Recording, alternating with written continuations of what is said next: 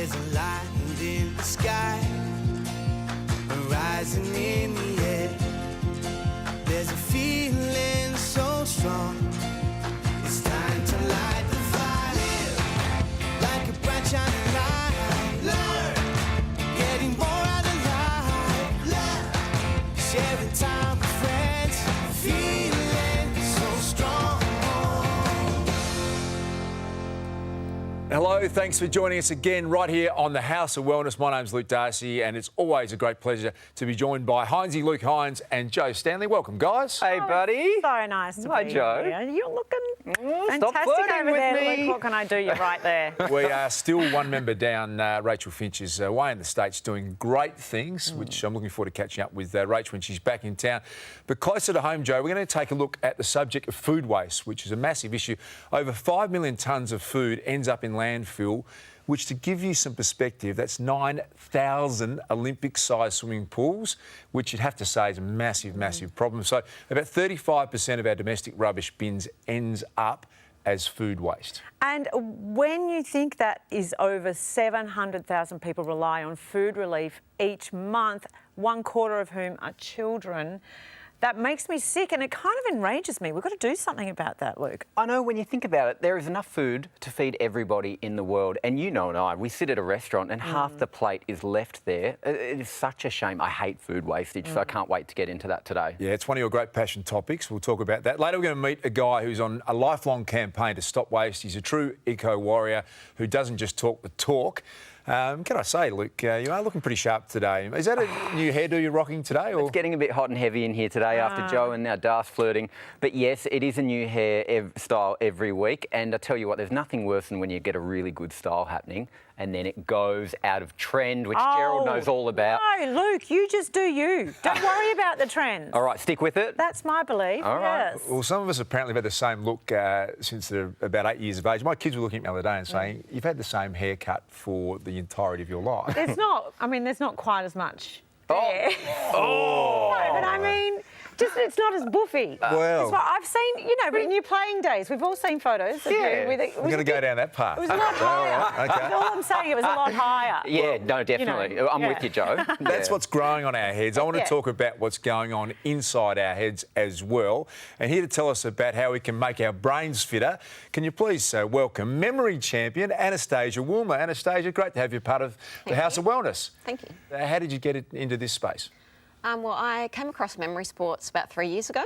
So at the time I was feeling like my brain was sort of slowing down a little bit. I'd had a couple of kids and then I came across memory sports and just thought, I might just, train in a couple of the memory techniques, do a bit of brain training and see if it made a difference. And yeah.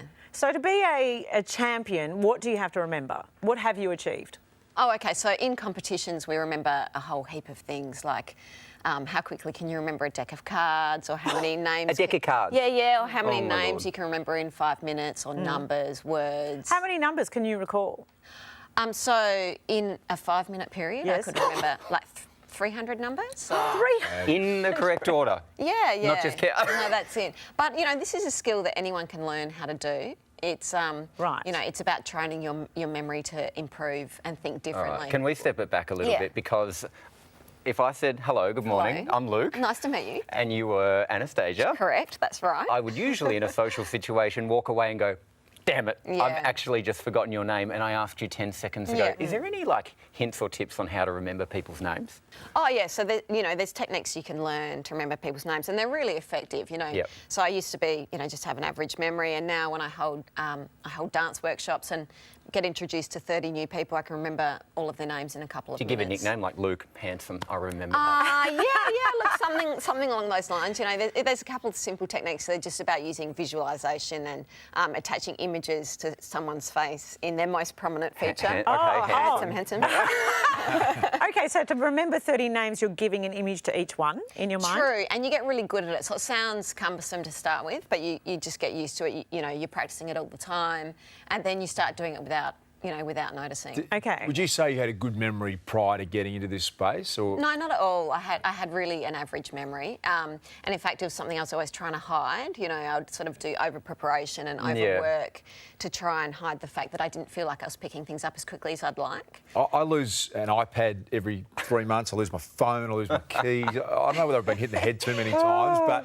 but I can remember something obscure from a teacher's name from year 3 who was a relief teacher on one day. Totally useless. Yeah. But I remember that stuff. What's going on there? Probably because it was something that was important to you or interesting to you. So, the things we remember tend to be things that excite us or things that are really important to us or interesting to us. So it's about translating information from boring information into interesting information and making it exciting. Yeah. So is it about age, or you mentioned having kids? I do feel like lifestyle factors affect your memory. Yeah, and, definitely. doing breakfast radio, I feel like really sleep deprivation changed how much I can remember. Yeah. What sorts of things assist us to have better memory or can damage our memory? Oh, I think there's a range of lifestyle factors that definitely play in. So, what you're eating, whether you're drinking too much, sleep, exercise, all those things definitely make a difference. I notice when I do training, the scores. Right, so physical activity can assist with your memory. Yeah, absolutely. And I mean, there's lots of studies into that. There's a strong link between certain types of exercise and warding off dementia, Now, like dance. speaking of which, you are playing it down at the moment. You are a ballet dancer. You're like renowned and you look incredible. You're super fit. I don't know if I'd go quite that far. I was a professional dancer. Okay, does it help you remember your moves? It does help remember choreography, but it also helps create choreography because, which is, a little sideline, because it's all about visualisation and creativity. So when I came across these techniques, I thought, okay, I'm going to go about this like an athlete and just do small amounts of regular training every day, 10, 20 minutes. Maybe a little bit more because I'm a bit obsessive here and there, and just did the research, found out what techniques and what brain training works, what apps work, and then just set myself to it and I feel like you are a very competitive person. possibly, I'd like to win. Because you've gone about this really with the desire to be the best you can be. Yeah. Whereas I go, I'd like to remember the book I read a year ago, but that's about No, it. but see, the thing is it's that, you don't have to, you don't take on sports or go to the gym because you want to be a professional dancer necessarily. You do it because you want to be fit and live a healthy, good life. Yeah. Yes. And it's the same with memory training. You don't have to do it to try and become the next Australian memory champion, but you can do small amounts of training and then get a massive improvement in your life every day. And does it help being a mother now that you know you have a great memory? Because you can say to your child, I remember what I said, actually. Yeah. I think my wife is the memory champion. She can remember something I did wrong 25 years ago. You're in the car, driving along. Hey, there's so much more awareness now surrounding the ageing brain and the importance of mental agility, all related back, as you said, to physical agility. So thanks, Anastasia. It's a great story, something we can all take with us today on the House of Wellness. After the break, our tech guru Vanessa has the lowdown on how we can boost our brains. That's next, right here on the House of Wellness.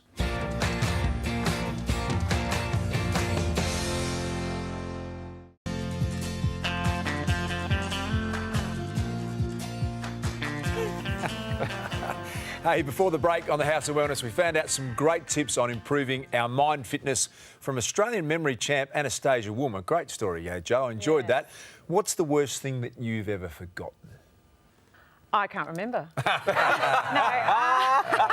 You know what kills me is when I play memory games with my daughter, who's 10, she smashes me out of the park and I think, what have I done to my poor ageing brain? Oh, I feel for my Terrible. poor parents because I love my mum and dad so dearly, but I can never, for the life of me, remember their birthdays. And it's awful. It's horrible. I know that's awful. That's dreadful. I can't believe There's I'm only even two of them. admitting it. No, okay, I'm out. I'll tell you what would be awful if you couldn't remember their names. Birthdays, I think, is probably a step that's okay. Hey, there's plenty of apps and digital options to try and improve your brain function. And joining us is our tech expert, Vanessa Toholka. And you've been doing some great research. Vanessa, welcome to you on this space. What have you come across? Look, there's fantastic apps in this space. Some of them maybe do overpromise a little, but one that really delivers is Duolingo.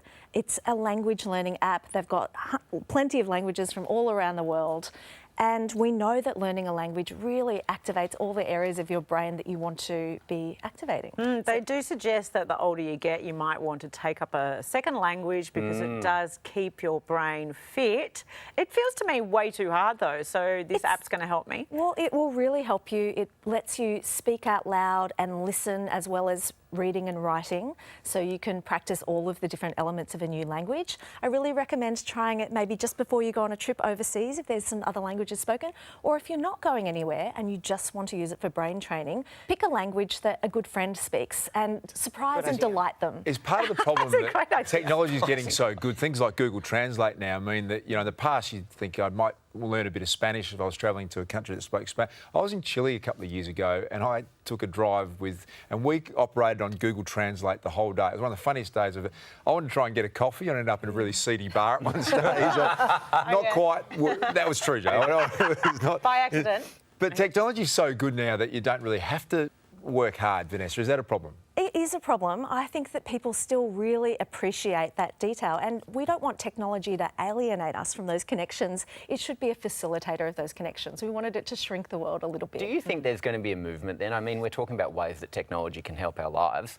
Do you think we're actually going to go back on ourselves almost and start to try to use technology for good, not evil, and have less time on our phones but more quality time when we're using them? Look, the history of all these sorts of technologies is that we always go a little bit too far and then the pendulum swings back and we find balance and we become a little bit more critically able to assess how these things are helping us and when we need to pull back. All right. So just a common sense approach and we'll be fine. Tell us a bit about Blossom, the desktop game. So Blossom is something that's a very meditative experience. It's made by a couple of local developers. We've got Ken Wong and Hamish Lang, and they've created the visuals. It's a procedurally generated flower. So every flower that you look at is unique. It'll never come again. So you trigger a flower to be created before your eyes. You can interact with it and make it sort of move in the wind, I guess. Oh, so it's mindfulness. It's mindfulness. That's so beautiful. And it's something that you can use at work to reward yourself after you've had an intense period of focus, or just to give yourself a bit of a mental rest. What was it called again? It's called Blossom. All right, I'm going to get onto it right now. I forgot. I love Blossom. It's why I need Memory. You'll find it on the Itch platform. Great. There you go. What was that platform? From digital do's and don'ts, we're going to stay with us because we're going to find out what you could be holding on to in the war against waste. Looking forward to this story. That's right after the break here on the House of Wellness.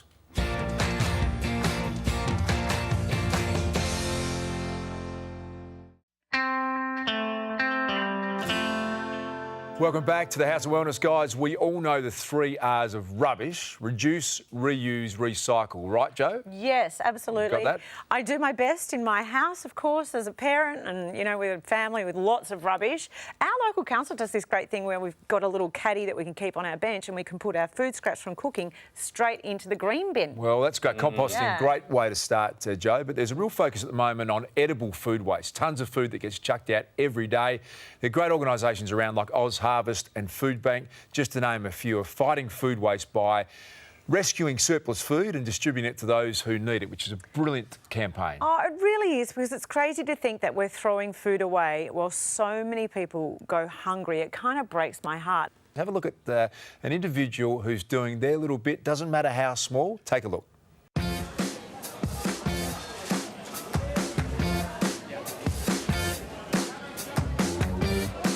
24-year-old Jessie Alice has been going through people's rubbish bins for years.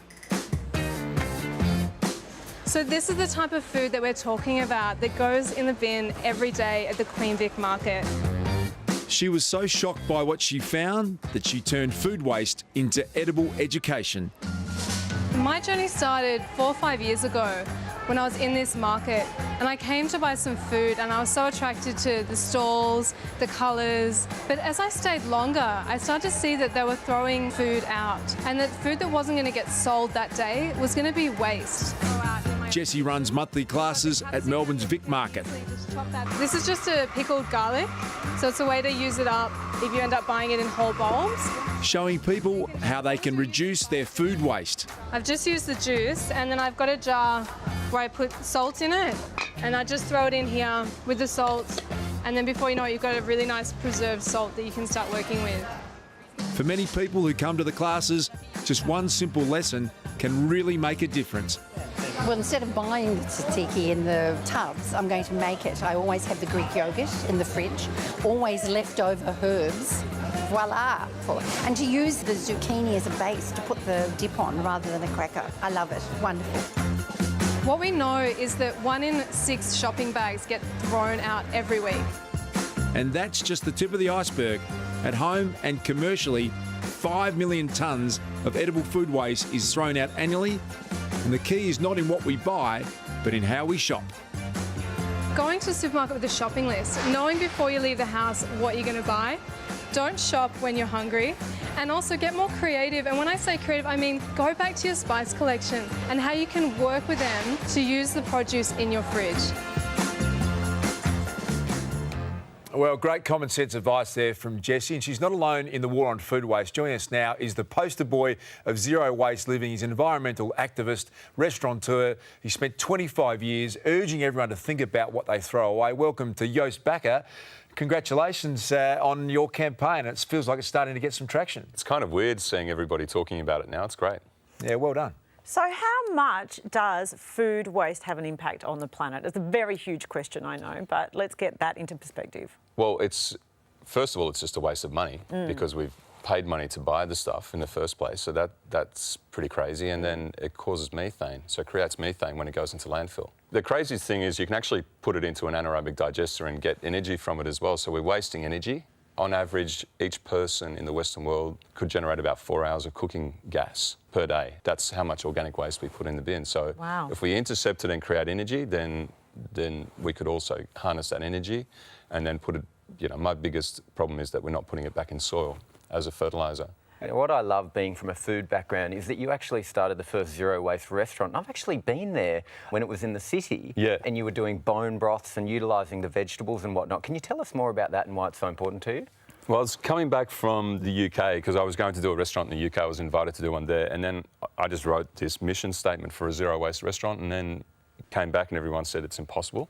And so we did it. And it was possible. And it was possible, so I just got rid of the bin. And so the whole menu had to be redesigned. We designed it from the end and then worked back. So there's a lot of stuff that we couldn't have, but there was, we had to grind our own flour, we had to make our own butter, work with dairy farmers to get milk in stainless steel pails. Now, that was 6-7 years ago.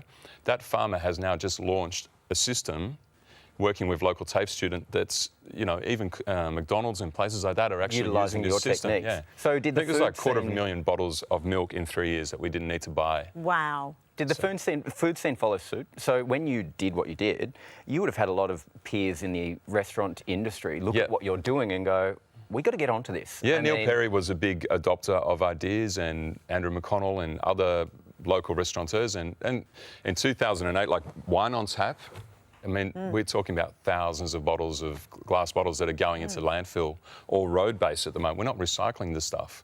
So there's also an assumption that stuff can be recycled, but my point is let's not generate it in the first place. Yes. Yeah. And Joost, you genuinely live this every day. You've built your house as a totally sustainable environment. How hard a challenge was that? Well, we just had hard rubbish pick up, and it's the first time in my life that I haven't actually grabbed anything because my wife is Jenny's so sick of having so much crap around our house. It's like a dump. Yeah. I can't throw anything out. But, to me, there's a story in all this stuff. Furniture made out of waste, the table was made out of waste, the interior. I really enjoy designing stuff out of those materials because you're creating something new and something that's exciting and it's got a story and a history.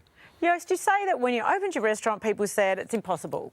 And I think that I hear your suggestions and I feel like, it's all too hard, right? But more and more, we're creating waste. I hear even Uber Eats is making a huge issue because people are over-ordering and then they're throwing out the food. packaging as well. All the packaging, all of that sort of stuff. So how can we make it achievable for people like me, who's a mother and busy and also a bit tired and lazy? How do we make it achievable for people like me, day to day? Well, there's stuff that, our grandparents did, like a minestrone.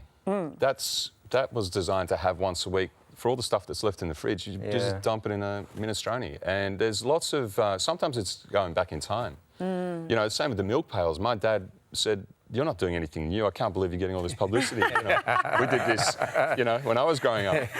And I think that's where you sometimes need to go. So the most logical, simple ideas are really, really good. And can you get some chickens? I mean, chickens can, whatever scraps are left over, they love to eat. No, but I have a Labrador. She'll eat anything. So you shouldn't have any scraps at all then. Yes, you're also a big advocate for organic and the devastating effects of what pesticides are having on our soil. Can you explain a bit more about that? There's now some really good science coming out showing that, like gluten intolerance, did you know anyone before 1992 that had gluten intolerance? Not really. And so what we've done is, and not the companies that make these pesticides and insecticides and herbicides often don't even invent this stuff. It's like the desiccant is where a herbicide like Roundup gets used to kill off a crop. That's used on potatoes, barley, wheat, rye, oats. Why would you spray a crop that's just about to be harvested with a herbicide? And science now shows that your gut barrier breaks down within seconds of consuming I think it's 20 parts per million. Most Americans, I think, are sitting at around 35 parts per million. So your gut barrier opens up, and that's, of course, why your body's having those reactions to foods like gluten. Yeah, the best way to get around it is to just go organic, and the more of us that buy organic, cheaper it becomes. Yeah, cheaper it becomes. You know, it's. I think we've got something like 8 million acres under organic production in Australia, and it's growing at something like 25% a year. Yeah, great to have you on the show. And lots of passion coming out. We appreciate. We've spoken about gut health a lot, and that's another angle on it as well. Thanks for joining us on the House of Wellness. Thanks for having me. My crispy, crunchy macadamia crusted salmon served in fresh lettuce cups are the perfect little weekend entertainers. And as an added bonus, they're packed with healthy fats and plenty of fibre. Once you've ground up your macadamia nuts, combine them with wholemeal breadcrumbs and fresh lime zest. Dip the salmon pieces in beaten egg, then coat in the breadcrumb mix, patting gently to help the crumbs to stick. We're using Bioglan organic coconut oil to cook our salmon. It's rich in medium-chain triglycerides, said to boost your metabolism and support your immune system. Let's top our lettuce cups with store-bought kale slaw and a dollop of tzatziki. Then once they are cooked, our crunchy salmon pieces can join in the party that's happening on this plate.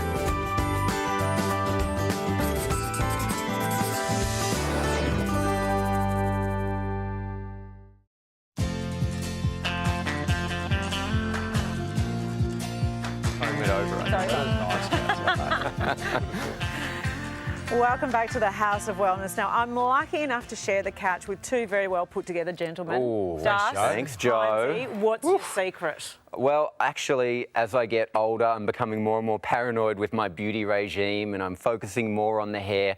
And I hope I don't lose the hair. It's okay, though. Oh, my gosh, I think a buzz cut looks amazing on a guy. Oh, I can always ask Gerald for tips, though, if I need to brush it forward or whatnot. Gerald's well put together too. Yes, well, I've actually got product at home and I don't quite know what to do with it. Oh, send it my way, mate. Don't hold out on me. Okay. I've got to look beautiful in my youth. What about you, Darcy? Well, I haven't got a great regime, I'll be honest with you, Joe, at all, but try and stay reasonably healthy. What are you into, a short back and sides clean cut guy, or do you like a little bit of the sort of hippie? Oh, a man bun. Oh, Man bun. top pony. I don't mind that, but it should not be an excuse for not looking after your hair as a guy. Like, I don't want a man bun that's just like festering, greasy hair. Those massive beards that hang down to here like you work at Sovereign Hill. Like, just because you're a guy doesn't mean you shouldn't own conditioner is all I'm saying, okay? So, whether you like a bob or a mullet or a quiff, even, the global male grooming market is booming. By 2020, it'll be worth an estimated $60 billion, and that's just you alone. And spearheading the male beauty revolution, of course, are barbershops. They're huge. Yep. And what's coming out of those barbershops this season? Take a look. Hair has never been bigger, and I don't mean in volume. Eyelash and nail salons and latte hotspots are being superseded by the new kid on the block, barbershops. And why? There's so many celebrities out there, footy stars, soccer stars, they're all grooming themselves and looking after themselves. So the male now is comparing himself to these people, so they are really coming in and making sure they're looking fine-tuned all the time. Joey Scandizzo has hairdressing awards as long as his arm. And when it comes to men's hair, he knows exactly what's going on. Men's hair and grooming is changing in a big way. You're starting to see men coming in quite regularly, getting their hair cut, they're getting their hair coloured, they're coming in for facials as well. They know exactly what they want. When they come into a salon, they've actually got pictures now, they've got ideas of the looks they want, where years ago it's just come in, they sit in the chair, it was normally just a short back and sides, where now they've got direction, they know what they're after.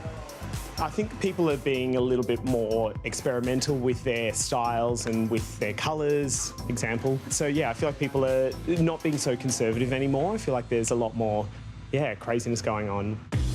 Nowadays, everyone has their own feel, their own look, their own thing, but they really own what they do with it, I feel. But while the guys out there might be owning their look, like all fashion, hair trends are transient. So for all you guys out there who've got a thing for the fade, then take one long, last look. Hair's been short for a long time now. You've seen the fade, it's been in for a while. So now you're going to start to see some longer hair come back into hair. You know, you're going to see some more texture come into hair, some more natural hair. People have got curly hair, you'll see that coming back in. It's all going to be about texture and length. But if growing your locks is out of the question, you're a fade man regardless of trend, or the manicured messy look isn't your thing, Joey reckons there is more in store. There's a couple of styles out there that are starting to become mainstream. Definitely the fringe, the heavy fringe. Back there in the 90s, you had that heavy fringe, and that's definitely going to make a comeback. And then definitely, you've seen a lot of the footy players at the moment are wearing the moustache. I don't know if it's cool or not, but you've seen a lot of those guys starting to wear that, and that'll eventually come through mainstream. Or, if you're not a slave to fashion and you'll never pull off a fringe, then simply enjoy a super groom and get one with the lot. I definitely feel like I'm on trend for autumn now.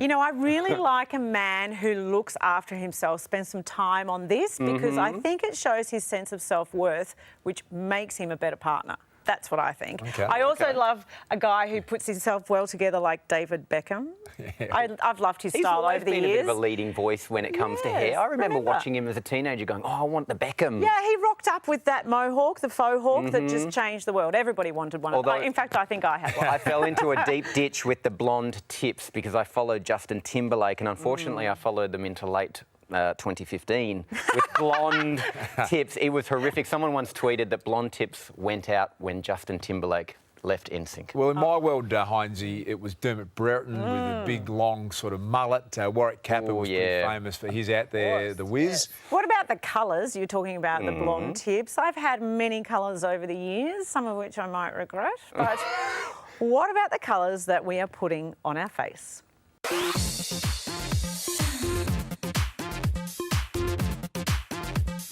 Lips, eyes, cheeks, nails. These are all the things we love to apply colour to. And with the change of season, we often change our makeup. The actual season itself doesn't really dictate what we do with makeup. We're more sort of guided by fashion and colour and trends, and also what people are loving. You know, like what are the girls in London doing? You know, they've got so much confidence and they're not scared to rock it.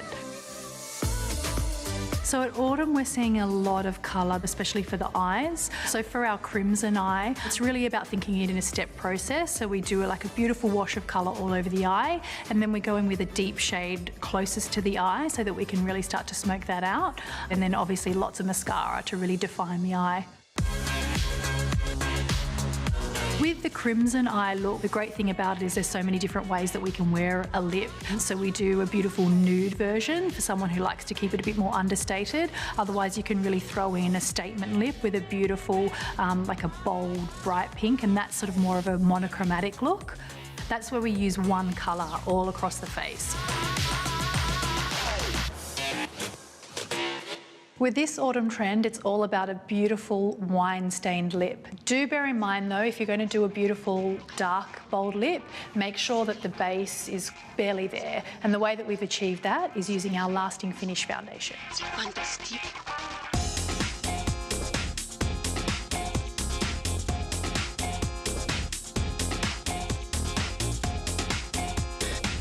We're seeing a lot of metallic eyeshadow, so just beautiful frosted glittery eyes, really dreamy and angelic looking. We're also seeing a lot of graphical lines, so beautiful winged liners and just graphical shapes really. You know, so many people are really embracing colour and really embracing just loving and living their personality through makeup. C'est fantastique.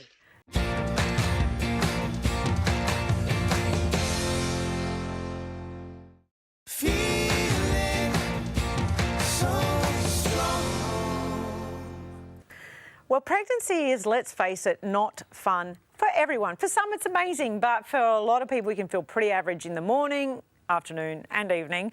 Weight gain makes you tired. Your whole body is in a state of flux. And some days it's really tough just getting out of bed. And if it's your first child, the whole pregnancy thing is just one big mystery. Because as much as we try to keep educated and on top of what's happening to our bodies, I mean, it's different for everyone. So one thing that I've noticed these days is the absolute focus on the health of the soon-to-be mum.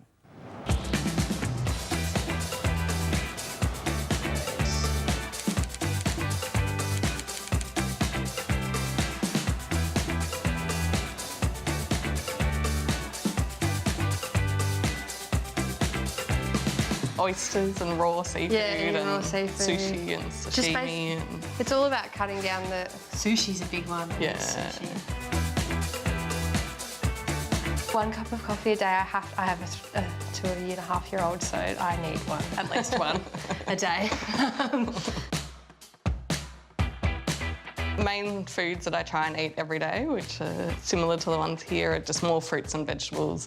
It's as much as growing a healthy baby, but try and keeping yourself, energised as well. So eating those whole grain foods and eating fruit and vegetables that, you know yourself, when you stick to that sort of diet, you just feel better, And especially when you're trying to work at the same time. Being pregnant, you're tired, you're trying to do exercise, so you're trying to do all the right things. Yeah. So you definitely need as much energy as you can get. So trying to eat those good foods rather than the ones that you're craving. Especially things like iodine and iron, calcium and all the other good vitamins, folate, that are in things like spinach and vegetables and fresh fruit and whole grains and calcium, lots of dairy products and things like that. But they really focus on that you need. Yeah, for the development of the baby as well as keeping yourself healthy. Yeah, I think it's really important for the mother to be healthy or to be focused on themselves and realise that focusing on yourself will help your baby. I think a lot of women think, it's natural progression to go baby first, and it's like, it really stops, particularly when you're pregnant. You need to be healthy and you need to be taking care of yourself, and the baby will be healthy as a byproduct of that. My mother-in-law was told to drink a pint of Guinness a day for the iron, so that's very different advice to what they're giving us these days. Definitely more vegetables now than Guinness. Of course, we all know it's really important to feed our kids right, and often we have a better chance of that when they're in the womb. And here to give us the lowdown on the best nutrition for bubs and mums is a dietitian who specialises in pregnancy and fertility, Melanie McGrice. Hi. Hello. What should pregnant women be aware of when it comes to nutrition? Well, I always say that, first of all, it's the most important time in a woman's life to eat well. But as we just saw in the clips beforehand, it can be really tricky. And so I do agree with the don't beat yourself up, but definitely do the best that you can. And there's just so many old wives' tales out there. Are we going to rule out the pint of Guinness? Because I hate to discount. Definitely. There are some strange ones, let me tell you. Yes, let's rule that out. So does being pregnant and feeding this growing, beautiful miracle inside us, does that deplete us nutritionally? Yeah, it does. Because baby obviously is sucking out a lot of our nutrients. So we do need more nutrition than normal, but that's where we need actually more quality rather than more quantity necessarily. Okay. So yes, if you're a healthy preconception weight, then you do need increased amount of calories in your second and third trimester. But if you're starting off overweight, then you actually don't ever need too many excess kilojoules. So you should not be quality putting on much weight when you're pregnant, aside from the weight of the baby. No, well, one of the main misconceptions is I see a lot of women who gain most of their weight in the first trimester, and the recommendations are actually no more than 2 kilograms in the first trimester, because by the end of your first trimester, your baby's only about the size of a plum. Right. So most of the weight that you gain is either fluid or fat. Oh, right. I put on 25 kilos. Is that too much? Ask a little. Okay. You did an amazing job of getting it off. I know, look at me. It's a miracle. So what physical symptoms should pregnant women be aware of to know that they're missing out on certain nutrition? Yeah, well, I think it's the same types of things as always. So we need more iron, and one of the little tricks there is if you're feeling more tired. Now, tiredness is difficult because you're going to feel exhausted during your pregnancy anyway. But one little thing that you can look at is actually your fingernails. Because if your fingernails are bending over, that can actually be a symptom of iron deficiency. And so worth going and getting a blood test from your GP. Constipation can be a big issue. So if you're getting really constipated, then that could tell you that you need more fluid or maybe more fibre. My wife, in all of the 4 pregnancies, used to talk about having this metallic taste in her mouth the whole time. That's why she knew she was... Have you heard of that before? Yeah, well, we often do get taste changes during pregnancy as well. That could be a zinc deficiency, can often cause that metallic taste. And so that's where we do have to go back, have a look at people's blood test results, have a look at their diet, see what they're low in, and then make some changes. Well, Mel, thanks so much for the information. That's super helpful. You've given us a great insight there. And of course, Gerald, our man at the health bar over there, you can help us when it comes to resilience around perhaps getting colds and flus when we're pregnant. And pregnancy can do that to you, Jo. And I've been lucky enough to be very involved in 3. So pregnancies, that is. But the important thing in all of it is that you will be picking up infections, and it's probably easy to avoid them in your first child, but when you've got another one running around, often they introduce you to things. And it's all about immune function and immune support. So we look at herbs that are safe, that are proven to be safe, and because these days we tend to move away from a lot of the medications and we're backing off from antibiotics now, which were prescribed heavily.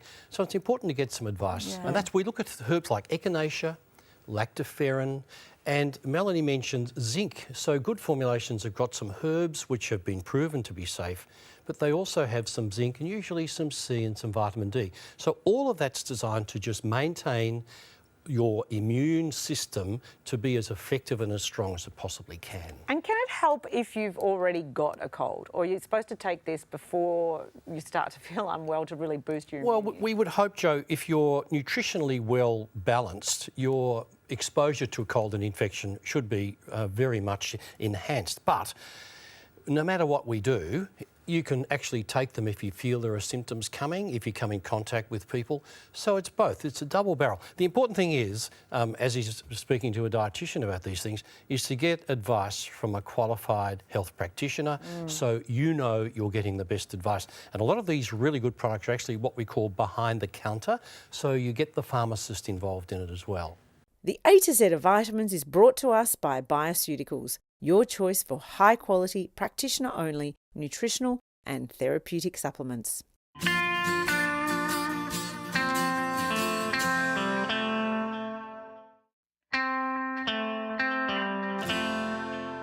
Okay, guys, quick question. Where is on your travel bucket list? Yeah, just the other day, a mate of mine got back from Iceland and raved about it. I need to get there at some stage, Jo. And you, Heinzie? I want to go on an Antarctic expedition. Good luck with that. Yep. I'll learn how to do it. Gerald? I want to go to Antarctica as well on an expedition, and I'll take him because he doesn't know where it is. He doesn't really. For myself, I would love to get to Florence one day. I've never been. It looks amazing. In fact, my aim is to see pretty much most of the countries on the planet. And one woman who probably already has, with a passport to prove it, is Getaway host Katrina Roundtree. You do travel a lot, we know that about That I do, Jo. Yes, I do. More than anybody I know, probably. How are you able to maintain your commitment to your health with different time zones, sleep disturbance, not being able to get the food that you perhaps would like? How do you manage that?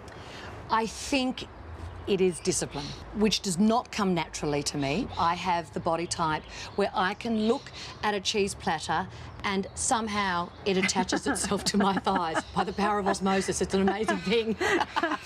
You're out there and you're so in that external space, but yet you must be able to find balance with the home that you have created.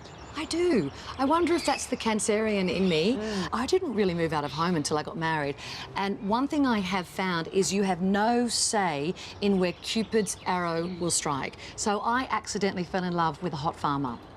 And if I could have fallen in love with the boy next door, I would have, but he was a grumpy old man. So it was never going to happen. No. And so completely randomly, I ended up moving to a sheep and grain property in Victoria, and I thought, I found love, my life is over. But somehow I managed to keep working. But I will admit, I do get to have this crazy life and go home to a sanctuary. And for me, I love gardening. I love just being out and walking, incidental exercise, I suppose. And once again, just being with my family is all I need to be happy, really. And speaking about all of the beautiful things that you have gathered in your life, tell me about the relationship that you have with Nature's Way. How did that come about? When I started travelling, I really used to get sick from everything, like a lot of people. And I used to get barley belly, Pharaoh's curse. I used to get sick with everything. And then eventually my crew just said, you've got to start taking vitamins. I never took anything. So do you have a favourite? Do you feel actually it working for you? In a sense, I don't, because I take what I need in my life at that moment. So sometimes, if I know I've got a big trip coming up where I'm going to be really pushing myself, I do take a probiotic. I suppose I am quite vain and I really like the hair, skin and nails tablets. I like the collagen. Yeah, bring it on, bring it on. And when I go away, I have a little container and I just pop a bunch into that and away we go. So we have those vitamins. What else would I find in your suitcase? You're such a seasoned traveller and I'm terrible at packing. What else should I put in my suitcase that you absolutely have to have? Here we go.